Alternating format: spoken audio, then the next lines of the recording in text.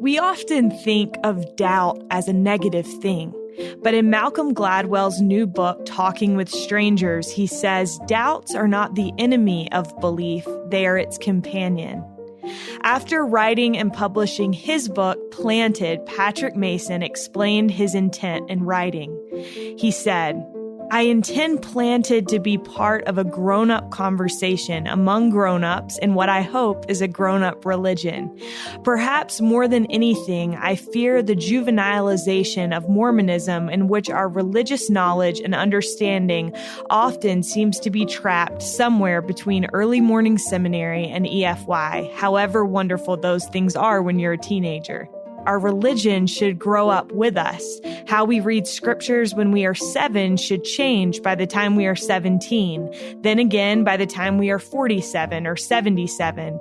The same is true of how we think about prophets or church history or any number of other gospel topics. The principles of simple addition are no less true once we learn calculus, but you can't build bridges or fly to the moon with grade school arithmetic. Adults can and should be sensitive about the proper time and place to have certain conversations.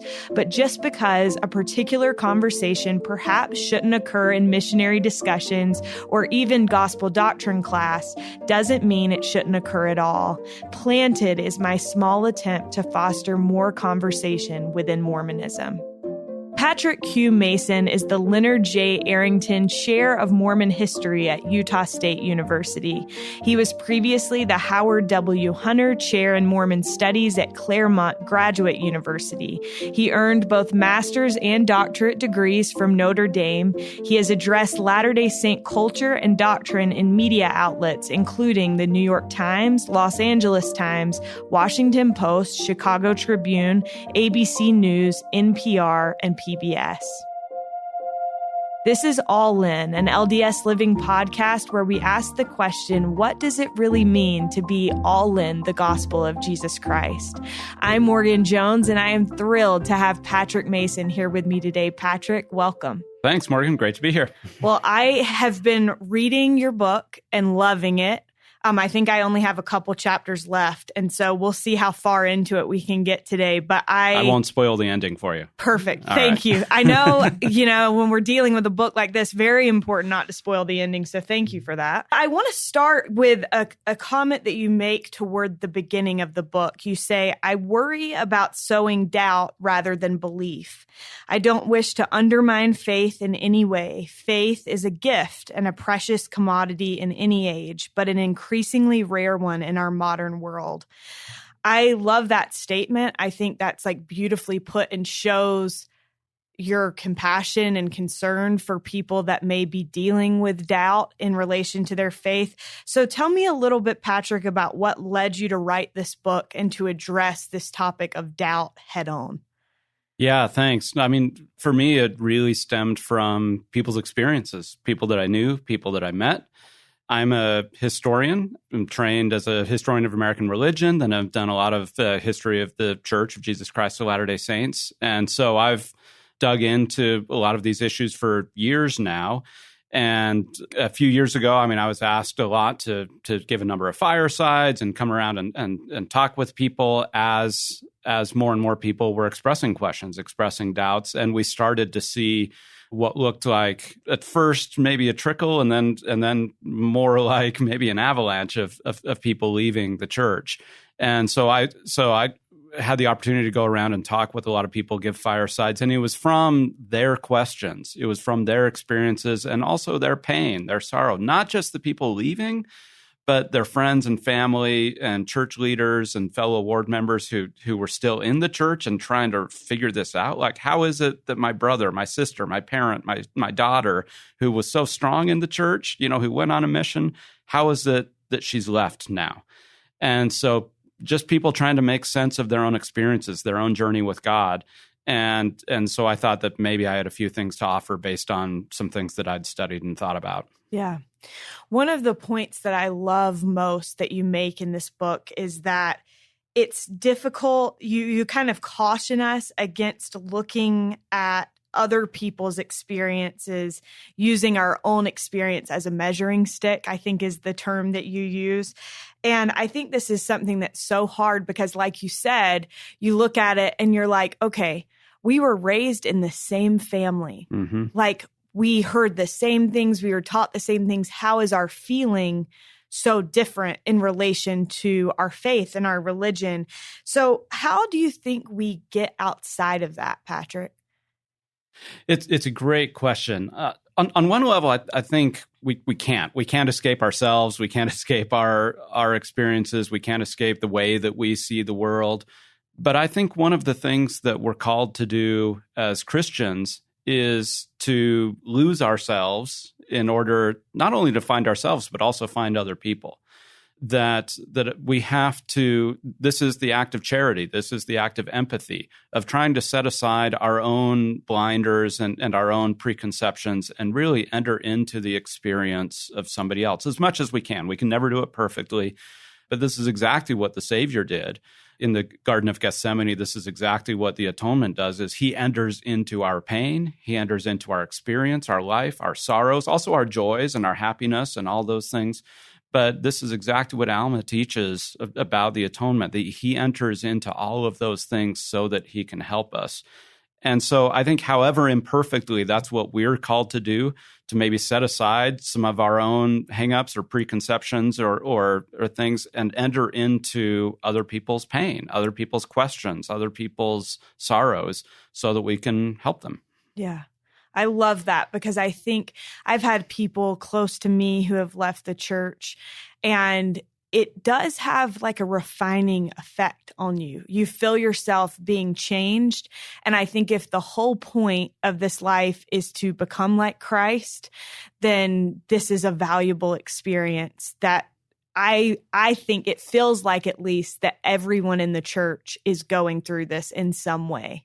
Yeah, when I go around and give these firesides or talks, I typically ask, how many people in the audience, by a show of hands, have know somebody personally who's left the church, that you're close to, not somebody kind of on Facebook, but somebody, a friend, a family member, a close ward member. Virtually every hand goes up. Yeah. And this has been true. I've given dozens of these across the United States and Canada. And so this is part of what it means to be a member of the church right now, is to first of all figure out where we stand and to examine our own testimonies and what it is that we believe and what we're committed to, but then also to show charity and empathy for the people that we love who maybe right now have stepped away. Yeah. Let's kind of start, if it's okay with you. I'd love to start with kind of ourselves and then build out from there. Mm-hmm. So first of all, when we are looking at faith and how to develop and strengthen our faith for things that we might not even be able to foresee right now, that might potentially shake us up a little bit or be troubling, what are the best things? And I know we talk about, reading our scriptures, saying our prayers, and I do think those things, it's funny because people always refer to them as like Sunday school answers. And I'm like, yeah, because they actually are the things that work. But what are some things that we can do, Patrick, from your perspective, to fortify ourselves against those things that we may come up against? Yeah, it's a great question. So, one of the things, I think it was President Kimball who talked years ago about making sure that we had oil in our lamp, right? And keeping oil in our lamp. And of course, he was referring to the parable of the 10 virgins from the New Testament.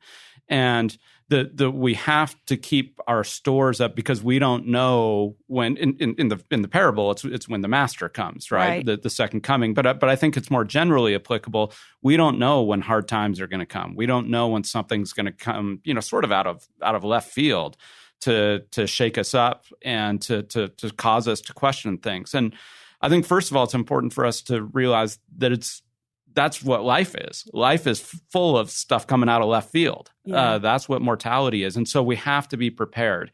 And like I say, scripture study and prayer, those are the basic. They're the building blocks. Going to church regularly, participating in the life of the church, serving in various ways. These are, as you say, we talk about them over and over and over again because they're true. Right. But I think two other things that I would say. One is that we can't simply build our testimony of the church. We have to root our testimony in Jesus Christ. One of the chapters in the book is called Abide in the Vine, and this comes straight from his teaching from the Gospel of John, that if we don't abide in the vine, if we're not connected to him, the true vine, then all the other things we do, all that scripture study, all that prayer, all that service in the church, if it's not rooted in a deep and abiding testimony of Jesus Christ, a relationship with him, it doesn't have life. Right. And we are members of the church of Jesus Christ. It's nobody else's church. And so our faith has to be centered in him. The second thing that I would say is that we have to let our faith breathe and live and grow with us. That I think sometimes we develop our faith up to the point till maybe we're 12 or 14 or maybe 18 or 19 when we go on a mission. And then that's kind of like we put our faith kind of like in a cryogenic freeze or something like that. Like that's where our faith stays. But our faith has to live and grow and breathe with us as we continue to mature. As the world gets more complex and complicated, our faith needs to grow to meet that. I teach at a university, and whenever I talk to students who come in and talk to me and they're wrestling with things, I say, your faith cannot be the least sophisticated part of your life, right? We deal with complex stuff in the world all the time. I mean, these college students are taking biology classes or accounting classes or engineering classes, right? And we deal with the world at a very high level, whatever your profession or whatever your life experiences is. Your religion can't be the least sophisticated part of your life. It's got to grow to the point that it can meet the challenges that you face at whatever stage of life you're in. I think that is so spot on, because I think, if you're talking about something that is influencing every decision that you're making, that it's so deeply a part of you, it has to be sophisticated. It has to grow. I couldn't help but think as you were talking, I remember being a missionary and thinking, what if one of my mission companions were to leave the church? Mm-hmm. And at that time, that was the worst thing that I could think of. That would be earth shattering for me. And in reality, you get home from a mission and there are a lot worse things. You find that fairly quickly, that there are a lot harder things. And not that that wouldn't be a hard thing, but there are many things that can kind of shake you up, like you said. And I think right now we kind of feel like, and I don't know if it's just me, but it feels a little bit like, what was the word that you use? Like an avalanche. Yes, an avalanche. Right? That's what it feels like. And so when we feel like everything's falling down around us, I do think it's so important to have that base belief in Jesus Christ and then to have a faith that has grown as you've grown. Yeah, it has to. And when I say, sophisticated, I don't necessarily mean that everybody has to go to get a PhD in theology or something like that. Right. That's good, because I'm not going to do that. Right. It's about a kind of maturity that we have in our faith. And now, and this is tricky, because on the one hand, of course, we always do need to retain the childlike qualities of the simplicity of faith that we have. Or had as children, if we grew up with that kind of faith. And so there's always a tension, but of course Paul talks about, when I was a child, I thought and talked, like a child, and then I grow up. And our faith has to grow up without losing the childlike humility and wonder and awe that we had as an 8-year-old or a 12-year-old. That's great. So how do we do both and? That's, I think, too often with our faith and too often in the church, maybe just too often as humans, we get trapped in kind of either or dichotomies. And oftentimes I find that the best way to approach the complexity of life and the complexity of faith is to recognize that a lot of times the answer is both and, not either or. So how do you think that we balance that? What's your advice on that? Well, for me, the key, and I talk about this in the book, for me, it comes down to the basic Christian virtues. It comes down to faith, hope, love, humility. For me, humility is so important. It's I talk about it a lot because it's something that's very hard for me. So I figure if I keep talking about it, maybe I'll learn something about it. But the humility that I don't know everything. and there's still things for me to learn. And that maybe all these things that I have learned maybe have overcomplicated things that I once knew, right? And maybe I need to go back to the things that I once knew and maybe have kind of tucked away as I grew up, and I need to recover some of those things. And so it's a complicated thing. For me also, I just, so much of it is about hope. I talk about how I think hope sometimes is like the middle child in the faith, hope, and charity thing. We talk a lot about faith, we talk a lot about charity, but what's this hope thing in the middle? Hope kind of gets left out. But for me, the gospel of Jesus Christ is all about hope. It's about hope that there is something better. There's hope that we can get through difficult times. There's hope that Jesus Christ will be there, that his resurrection is the defining reality of the universe. And so that when we're on his team, we're going to win. That deep and abiding hope, I think, is absolutely at the center of what it means to be a disciple of his. Thank you. There's a statement that you make in the book that I love. You said, the call to belief is not a decree to deny our doubts. It is rather to give place for a portion of God's light, whatever portion we have received in whatever form, to be planted and then grow within us. I love this idea of kind of going back when we start to feel like there's confusion or whatever, going back to what we do know. There's the quote where it talks about, hang on to the ground that you do have. So how do we hang on to that while we're working through our doubts? Yeah, I think this is one of the biggest struggles for people, because there is a tendency when we begin to have questions, when we begin to have doubts, that it becomes all-consuming for us. Right. And I think it's in many ways a natural thing that you sort of learn something new that reshapes or causes you to question what you've known. And so you sort of dive deep into that. I think it's a very natural human tendency. But I think what God calls us to do is to not forget the experiences we've had. This is one of the common refrains in Scripture, especially in the Book of Mormon, to remember, right? Life can be so overwhelming that it can be easy to forget what he's done in our lives, the experiences we've had, the moments when the Spirit touched our lives. Now, maybe we have to rethink those things and put them in a new context and a new framework. Maybe the way that the Spirit touched us when I was a missionary, maybe I understood it one way then, and maybe I need to understand it a different way now. That's okay. That's fine. But we can't forget those things. And we can't forget the many mercies that God has shown us over the years. So I think that's what the call to faith is. It is an intentional remembering of what God has done. It's not setting aside all the other things or saying, I refuse to ask any questions or to harbor any doubts or any of those kinds of things. Just put my fingers in my ears and go, la, la, la, la, la, right? That's not what the call to faith is. I think the call to faith is to remember what God has done and continue to cultivate and nurture that little seed. It's easy for that seed to die. And so even while we're doing other things, even while we're asking questions and doing other things, we have to do something to tend to that little seed. It's too precious to give up on. Yeah. Another thing that I love in the book, you talk about how faith crisis is not a necessary or universal step on the path to spiritual understanding. But then you say this brand of unquestioning faith is unusual. For most people, faith is work, and oftentimes it is hard work. It is a journey with its peaks and valleys. And then you compare faith, specifically faith in the Church of Jesus Christ of Latter-day Saints, to love. And I thought that was like such a beautiful way of framing it. And I wondered if you could kind of share that thought with listeners. Yeah, so just to reiterate, I don't think everybody has to have a faith crisis. That's not one of the requirements to get to heaven.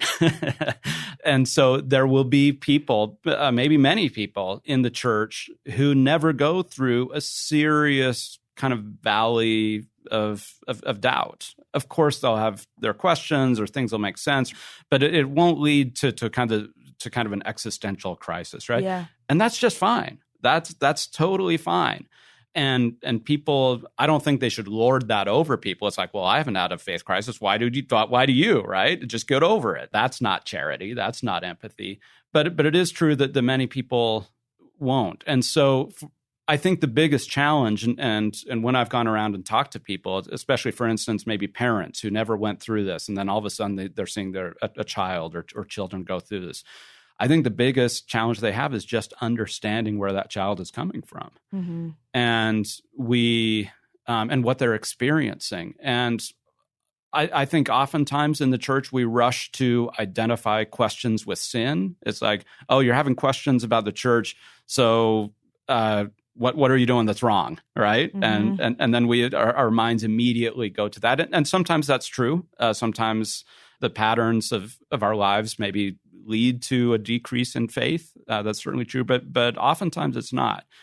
And so when I talk about it being a matter of love, it's that love is forefront in that relationship. It's that we are called to love far before we're called to judge. And in our baptismal covenant, I love it as it's expressed in the book of Mosiah, that we mourn with those who mourn, we comfort those who stand in need of comfort, and then we testify of Jesus. I don't know if it's meant sort of in order of priority in the way that it's written in Mosiah 18, but that's the way it reads, is the first part of our covenant is to mourn and to comfort with those who are in deep grief, whatever that is, whether they have cancer or whether they're going through faith crisis.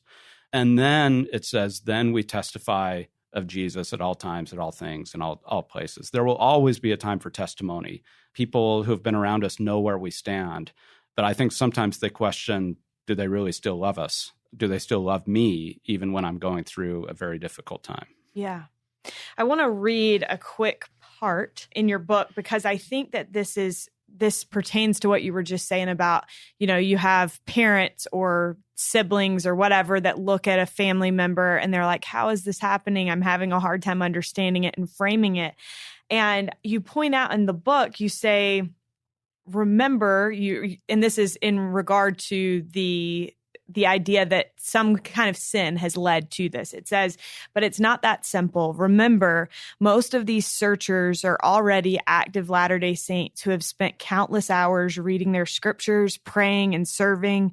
They are returned missionaries, gospel doctrine teachers, Relief Society presidents, bishopric members. They have predicated their lives on the belief that the church is true and that it has the answers to eternity's grandest questions. So when their church leaders and teachers don't have good answers to their historical and doctrinal questions, it feels to them like evasive action, a dismissal or non-acknowledgement of the very things causing them concern.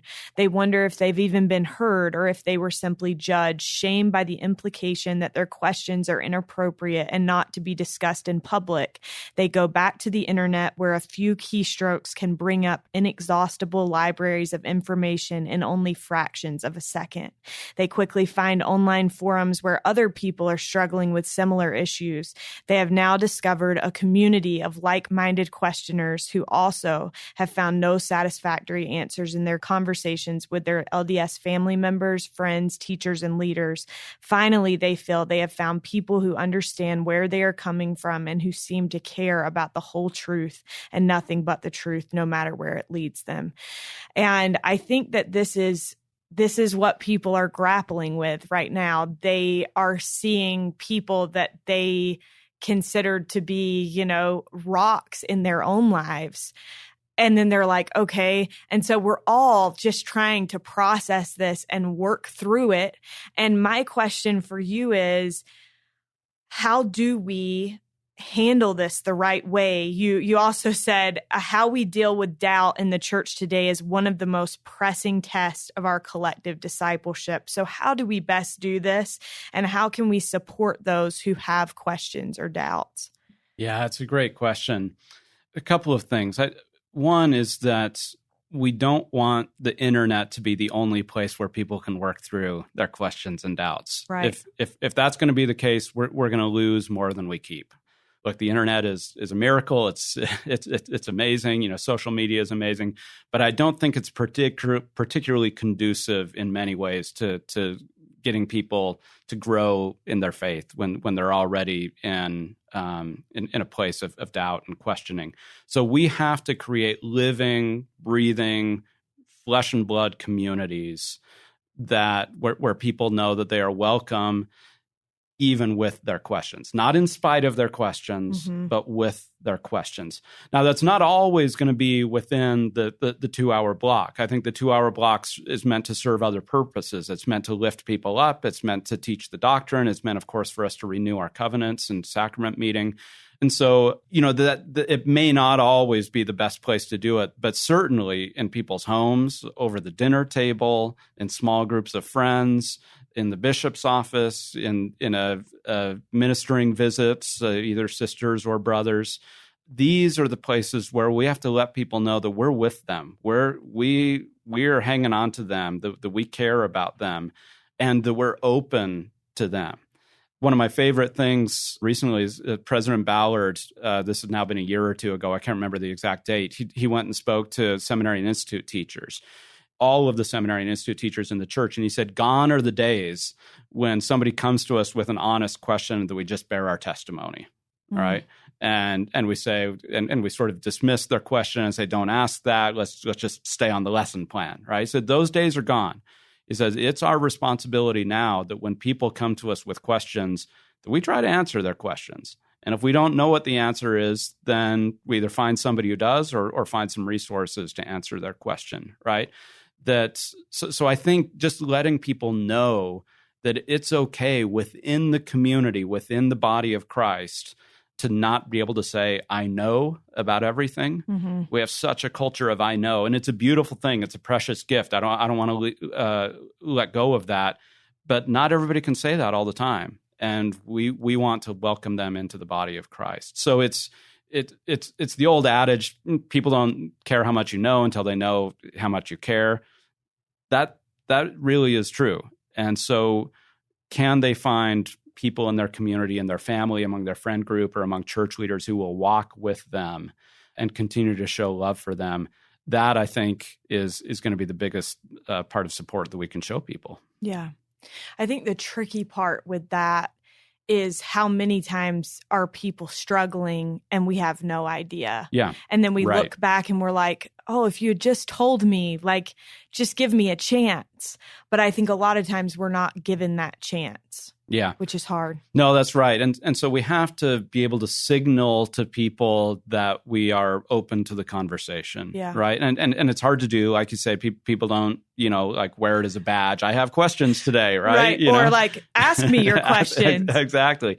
But, when I've done firesides, I always ask the presiding authority, whoever's in charge of the meeting, can we do Q&A at the end of it? Yeah. Right. And oftentimes they're like, what? That's not what we normally do, especially in the chapel. But I say, if we can we do Q&A?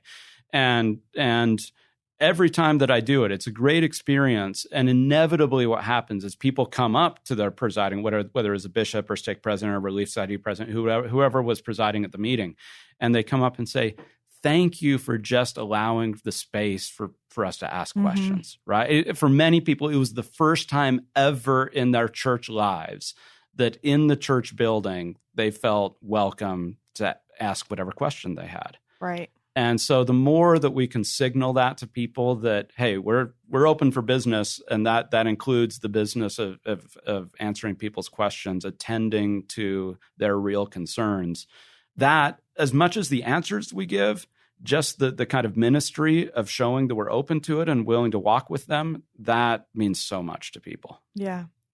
I have served in a young single adult stake relief society presidency for the last 2 years. And one of the things that we do in our stake for our ward conferences is we have people submit questions. And this is something that our last stake president kind of made a thing, but it's continued into this new stake presidency. And I think it's so powerful to create that space. And we've been amazed by the questions that we get. And, we open it up for discussion and then we have the leadership address it as well. But I think just having a place where, especially young single adults, it seems like, have so many questions. They're so in the thick of it. And so that's been a neat thing to see. Also, in regard to your fireside practice of having this Q&A. I was just at a fireside on Sunday with Thomas McConkie, and he opened it up for questions. And one of the questions was this idea of how do we support those who are struggling with their faith? And he said something that I have found myself thinking about a lot. And he said, God trusts us completely. And he has complete confidence in our ability to work through these things and in our infinite capacity and potential. And he said, so shouldn't we grant each other that same trust and confidence? And I think that's something that a lot of times when we feel like somebody that we love is struggling, our initial reaction is to be like, and these are all the reasons that you're wrong. But in reality, how much more helpful is it to just sit with them in that space and show them that we trust them? And is that what God would do for us? Yeah, I mean, I love the Joseph Smith saying, I teach the people correct principles and let them govern themselves. I think that's the way God deals with us most of the time. And I think too often in the church, we have a spirit of fear. We are just afraid. We're afraid of the wheels coming off. We're afraid of somebody saying the wrong thing or thinking the wrong thing or doing the wrong thing. We just have so much fear in the church, and it's because the church and the gospel is so precious to us, right? We don't want it to be damaged. We don't want our testimonies to be damaged. We don't want other people to be hurt. But we have so much fear. But that is exactly the opposite of what Jesus teaches, what the apostles taught. They said, don't have a spirit of fear, have a spirit of love. Mm-hmm. And so, in this church, we are not afraid of any question that can be thrown at us precisely because our testimony that this is the restored gospel of Jesus Christ. If it's true, then why would we be afraid of any question? Right. We don't always have the answers, right? But we also have a ninth article of faith that says we can get the answers. And that there's more restoration coming. There's more revelation coming, but we have to ask the questions. Most of the sections of the Doctrine and Covenants came in answer to Joseph's questions. The first vision came in answer to Joseph's questions. And so the restoration walks hand in hand with people's search for greater light and knowledge. That is what the restoration is. It's a restoration of truth to a world in confusion. And a world with questions, and a world that doesn't know who God is, who Jesus is. And so this is the gift of the restoration, is that you have questions, God will give answers. I love that. And I think it's so true. It's like, if you really do believe it completely, then come at us, bring your questions, bring whatever you have, and let us work together to work through them. Right. And maybe we have to rethink some of the answers we've given. Right. It may be that the answers we've given for a long time, right, even for decades, maybe they're not good enough anymore. Because not only do the answers change with the ongoing restoration, but the questions change, right? Mm-hmm. Our culture changes. There's new issues. There's new problems. And so if it's like putting new wine in old wineskins, right? We can't do that. With the wineskins have to get, I know we don't do wineskins in the church, right? But, I'm like, nobody's going to know what you're talking about, Patrick. We don't. Go read the New Testament. So new water bottles, I don't know, whatever the metaphor is. But the answers have to evolve with the questions that people are asking. Right. And too often, I think one of the things that the people see is they ask a 21st century question and they get a 19th or 20th century answer. Yeah. And so our answers have to grow up with the questions. For sure. And I love in the book you talk about kind of this idea of acknowledging fallibility in prophets and apostles. You give a few examples, but one that I love you talk about in the Old Testament. And you say, Adam and Eve fall, Noah gets drunk, Abraham lies, Sarah is jealous, Jacob deceives, Joseph deceives, Moses murders, Joshua and Saul commit genocide, David commits adultery, Jonah runs from God, Elisha summons bears to kill 42 children for calling him bald, and these are the good guys. The stunning thing is this was the narrative that was consciously preserved and held sacred by the Jews and then adopted by Christians as a meaningful and faith-promoting record of of humanity's relationship to God. Indeed, if there was ever written a tell-all history replete with religious scandal, the Old Testament is it. And then you give an example from the Book of Mormon where Moroni wrote, "Condemn me not because of mine imperfection, neither my father because of his imperfection, neither them who have written before him." And then you also have a quote from modern day with David O. McKay where he says, "When God makes the prophet, he does not unmake the man." And so all of these things serve as proof that we've acknowledged always the fallibility of men and called leaders. But how do we deal with that? How do we believe and continue to believe and have testimonies in prophets and apostles while acknowledging imperfection? Yeah, I think that is one of the great challenges now for the church and for church members right now. So we have to get rid of this idea that our leaders are infallible or perfect. It just, first of all, as you pointed out, it's not scripturally sound. And it can't hold up to the evidence. Right. They are human beings, and they're the first ones to say it, right? I've never seen a quote from any prophet or apostle of the Restoration that says, "I'm perfect," right? And they always point towards Jesus Christ. That's our calling, right? This is what I love about what President Nelson has insisted, that we are the Church of Jesus Christ. We're not the Church of Joseph Smith or the Church of Brigham Young or the Church of Russell Nelson. We're the Church of Jesus Christ.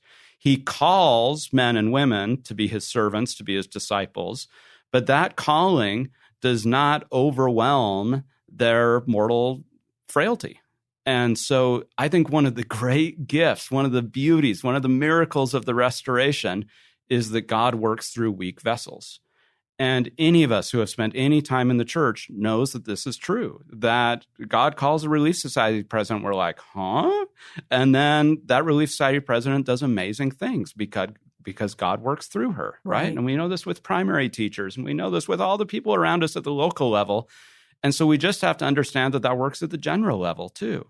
Now, those men who are called as prophets and apostles, they have a special calling. They are special witnesses of Jesus Christ, and they have a special stewardship for the worldwide church. But the fact is that they still put their pants on one leg at a time, and they are still wrestling with and trying to discern the will of God. And they will be the first ones to say that they are still mortal beings, right? With all of the frailties. Now, I think they've gained a lot of wisdom, and these are good men who have been called, who are striving to live righteous lives, but that does not mean they're perfect. So I think this is the challenge, is that I talked earlier about how do we do a both and. How do we first acknowledge that our prophets and apostles are not perfect, they are not infallible, and still sustain them as men who have been called by God with a special calling, that we see them as reliable guides for a life of faith in the modern world?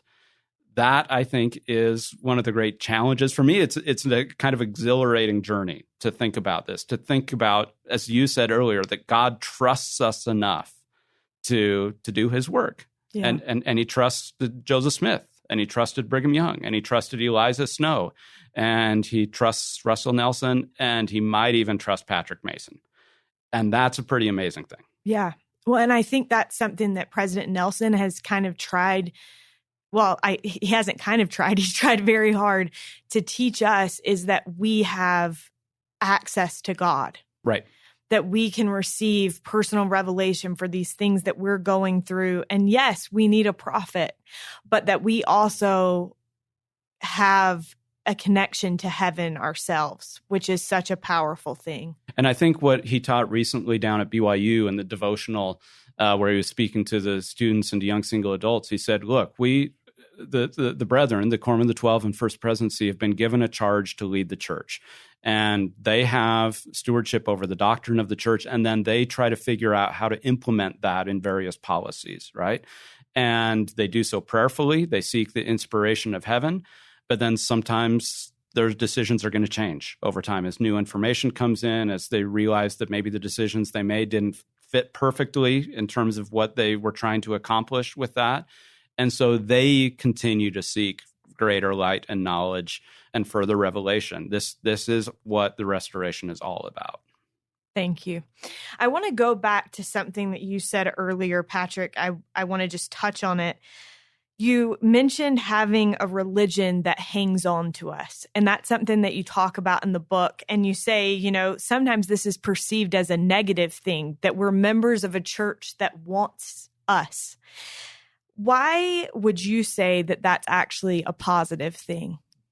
I think it's a great thing. One of the things I love about the church is that it's a community, and that it does care about us, and it holds on to us from cradle to grave. And for me, that's a beautiful thing. We live in a time of fracture, of alienation. I mean, if you read you just read any report, it talks about how people, there's decline in community. People have fewer friends. People have fewer, their social networks are smaller. They're feeling more alienated and isolated, which leads to all kind of mental health issues and deteriorating communities and so forth. This is an epidemic in our society, and the church is one of the answers to that epidemic. And I'm thoroughly convinced that this is one of the reasons for the restoration. This is one of the reasons why God restored the church in the modern age, because he knew precisely the ways that our social bonds would erode in the 20th and 21st centuries. And the church is one of the great answers for that. So is it hard sometimes? Yeah, right? But I think one of the great aspects of the restoration is that we're put in wards that are geographically defined. We do not choose who we go to church with.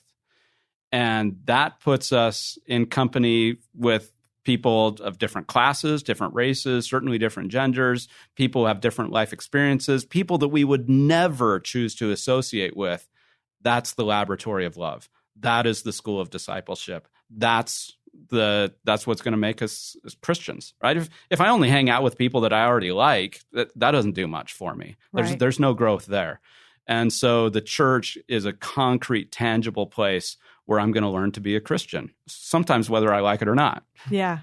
That sparked so many memories for me, because I grew up in a really small ward. If you could be demoted from a ward down to a branch, apparently that's not a thing, but we would have been demoted.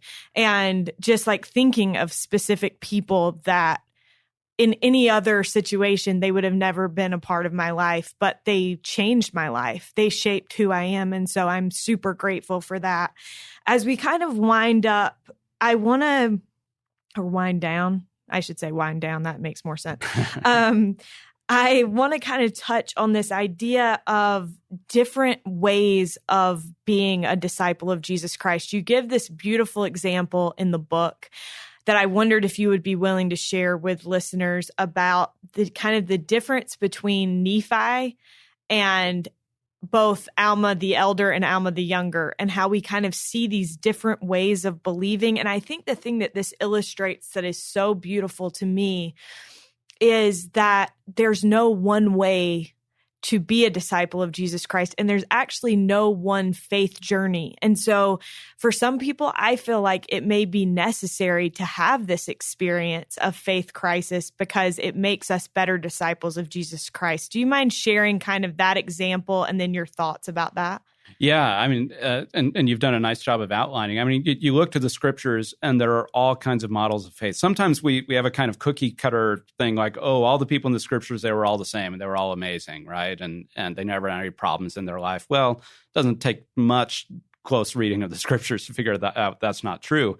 And so you see different models of faith. You see somebody like Nephi, who actually does seem like, I mean, he believes as a very young man. He believes in the words of his father, the prophet and patriarch of the family, and he seems pretty steady throughout lots of pretty significant trials, all the way through adulthood. He does in his psalm talk about that he struggles and that are sins that he was wrestling with.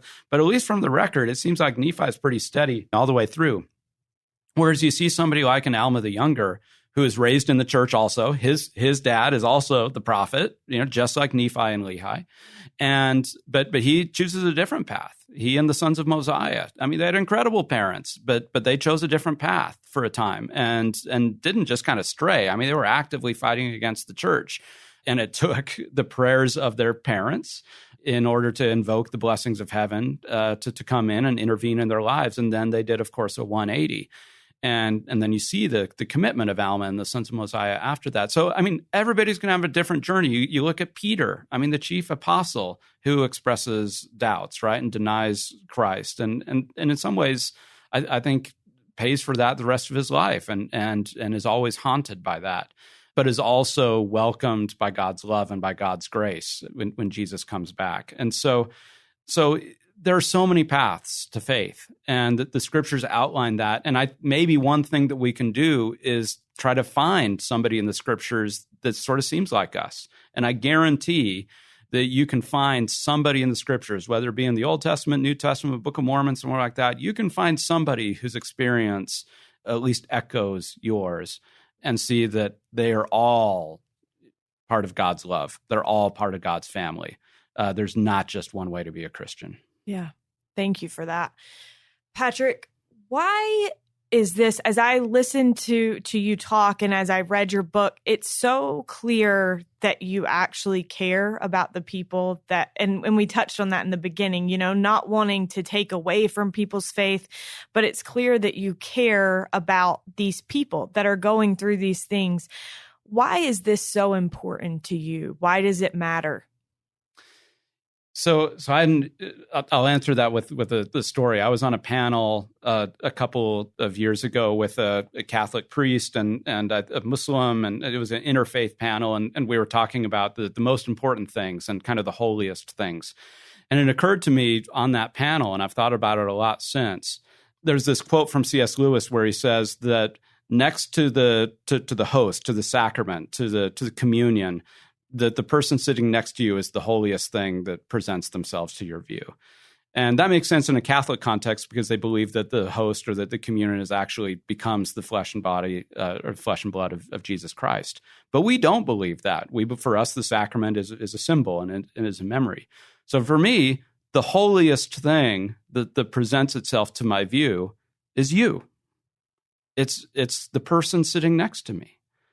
That we have this unbelievable theology that we are children of God, that every person walking on this planet has the potential to become like God, and that's what God wants for them.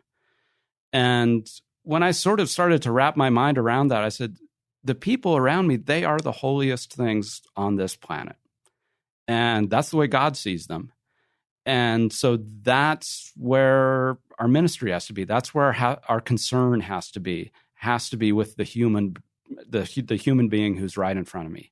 If that human being has cancer, if that human being is going through financial difficulties, if that human being is going through family problems, if that human being is going through a faith crisis, my job is to try to attend to them. I think that's what the baptismal covenant calls me to do. So for me, it's simply recognizing how very precious every child of God is, and trying to see what I can do as an aspiring Christian to try and love them.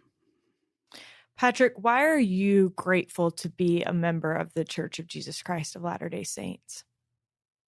For me, my membership in the church and my participation in the church has taught me all of the things that are most important to me.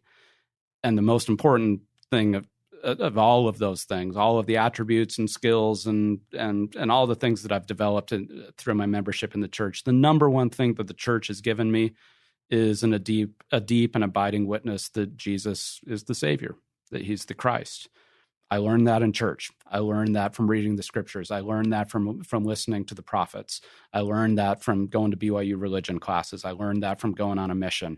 It was the church that has been the laboratory, the greenhouse where my faith in Jesus Christ grew. And for me, I'm a lot of things. I'm a dad. I'm a son. I'm a husband. I'm a professor. I'm lots of different things.